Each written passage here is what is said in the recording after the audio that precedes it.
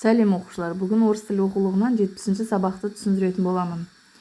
Бүгінгі біздің тақырыбымыз могучие вулканы.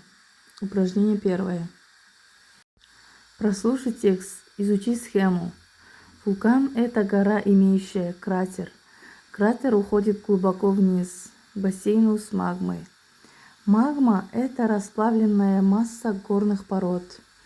Она находится под земной корой. При повышении давления происходит извержение. Камни, газ, пепел и магма выходят из кратера вулкана. При извержении вулкана могут происходить взрывы, случаются оползни и наводнения.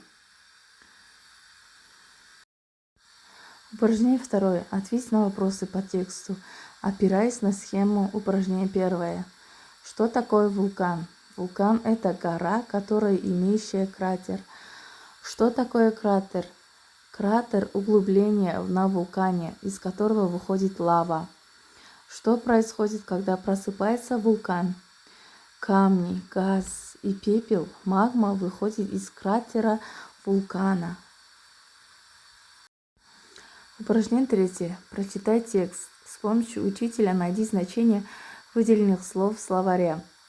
В национальном природном парке Алтын-Емел есть горы Кату-Тау. В переводе с казахского это значит «застывшие суровые горы». В древности горы Кату-Тау были вулканами.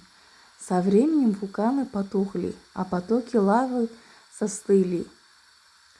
Суровые, угрюмые, сердитые вулканы, гора с кратером на вершине.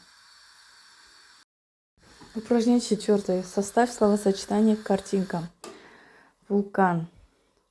Могучий. Горы Кату-Тау суровые. Сонымен бүгінгі сабағымыз бітті. Сау болыңдар.